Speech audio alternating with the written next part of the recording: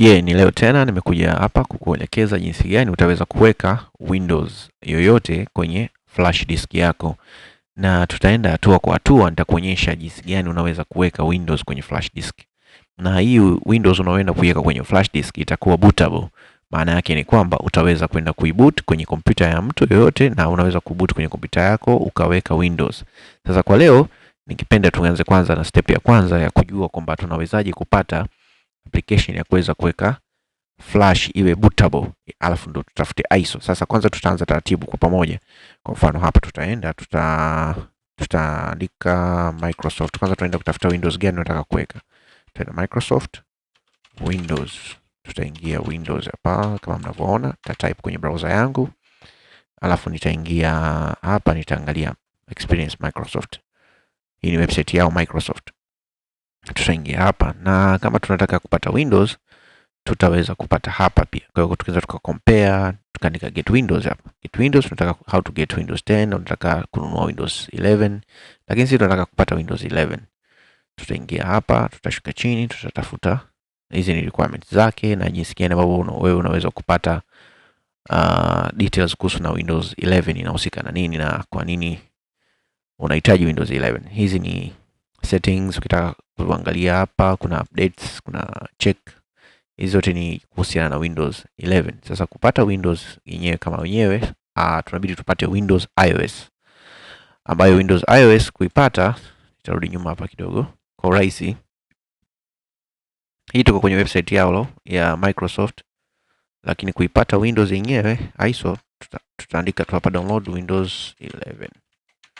Kama hivyo nilivyoandika hapo. Kwa hiyo utakuja hapa, utaingia Microsoft. Microsoft anatoa Windows 11 bure kabisa, unaweza kudownload, lakini utahitaji kulipia license, ambayo license maana yake ni kwamba utahitaji kulipia zile product key. Watu wengi wanajiulizaga hivi product key zile huwa ni zinauzwa. Kwa hiyo ukiingia hapa, nafikiri nikirudi nyuma samani kidogo, kuna kitu hapa umeona, hizi ni product keys zinauzwa za Windows retail. Kwa hiyo ni $10, dola ngapi product key unanunua. Kwa sasa tunaenda kudownload ISO, tunataka kudownload iOS ya installation, ambayo tunakuja hapa, tunataka kudownload ISO, download Windows 11 disk ISO. Kwenye Google tukiandika download Windows 11 unaangalia tu link ya Microsoft, tunatumia hiyo. Sasa ukija hapa tunaandika, tuna select Windows 11, tunataka kudownload na click download. Hapa tutaandika confirm, tutachagua nchi. Mimi mara nyingi huwa napenda kuchagua Nairobi kwa sababu niweze kupata muda wa sahihi, lakini hapa nachagua Kiingereza kwanza. Confirm. Kwenye country napenda kuchagua Nairobi kwa sababu Tanzania haipo. Tukishuka chini tayari tushapata hii hapa, tuna click download. Na kama unavyoona hii hapa inaanza kushuka, ina download. Kwa hiyo itachukua sekunde chache tu itakuwa imemaliza. Nafikiri tukisubiri kidogo tunamaliza sasa hivi. Ukisha download hii, wakati hii una download. Sawa, sasa Windows 11 yetu imesha download na ipo kwenye downloads. Ukija hapa kwangu unaikuta kwenye downloads. Ukija hapa kwenye downloads tunaikuta Windows 11 hapa. Lakini hatuishii hapo kwa sababu tumeshapata Windows 11 tayari. Sasa tutaenda tena Google.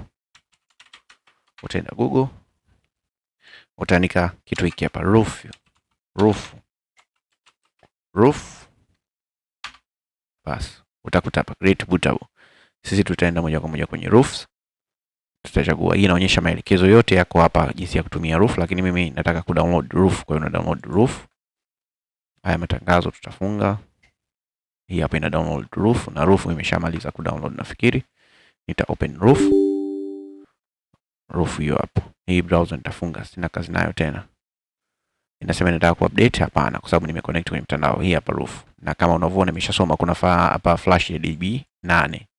Ukija kwenye kompyuta yangu ndani huku kuna flash disk hapa nimeandika Windows hii ina GB 8 na ndani ina vitu vyangu, lakini nitavipoteza kwa sababu tayari mimi nataka kuformat flash na kuweka Windows iwe bootable. Cha kufanya utakuja hapo, utachagua flash yako ambayo itatokea automatic hapa, itajiweka hapa. Utachagua iOS, unataka ni hizi free DOS usichague kwa sababu hizi ni za labda unataka kufanya zile kama free NAS storage, zile ndio mara nyingi kuna bootable fulani zinatumia hizi mfumo huu. Lakini kwa Windows nyingi zinatumia disk au iOS image, ambayo disk maana yake ni CD ukiweka, au iOS image kama hiyo ambayo tumedownload. Sasa uta click hapa select, utaenda hapo utaiselect iOS yetu ni hapo. Uta click open. Imeshatambua kwamba hiyo ni Windows tayari, imeweka iko sawa. Hili ndio label ambayo itakuwa inatokea pale kwenye flash disk yetu kama jina la window. Hii hapa. Pop, kama mnavyoona hivyo kila kitu kiko sawa. Hapa wewe cha kufanya ni ku click start tu. Baada hapa, hii ni swali zuri sana huwa ninauliza. Windows 11 huwa ina vitu vingi sana ndani yake. Moja wapo ya vitu ambavyo ni requirement ni kwamba inataka mtu awe at least ana RAM ya GB 4. Kwa hiyo ukisema click hapa remove, maana yake itakusaidia wewe kuingiza kwenye kompyuta yako unachokitaka wewe. Kwa mfano hapa ukitaka mtu imwambie kwamba lazima kompyuta yake iwe na uwezo wa GB 4 RAM ndio aweze kuingiza Windows 11, basi utatoa tiki. Haya, tiki ya hapa hivi nafikiria vitu hii window ambayo mimi nimedownload ni window tofauti, labda inawezekana ni version tofauti, lakini kuna version nyingine hazitokei. Ukipata kama imetokea kama hivi, unaweza ukapata nafasi ya kuchagua. Kama hapo unaweza create username kabisa, ukatengeneza username na nitumia kompyuta, ukaset time, ukadisable yale maswali yanayouliza wakati unafanya installation ya window. Lakini hizi zinaweza zisitokee kwa watu wengine. Kwa mimi kwa sasa hivi nataka tu iwe na requirements zote za Windows 11. Sitaki kubypass chochote, sitaki kupitisha chochote ambacho hakiko sawa au ignore. Kwa hiyo maana yake hapa itaendelea kuwa na requirements za Windows 11 vile vile na sitaweza kuzuia. Kwa mfano mtu kama ana RAM chini ya GB 4 ataweza kaweka Windows 11. Nikiklik hapa maana yake ataweza kuweka. Nikitoa tick maana yake hataweza installation haitofanyikiwa.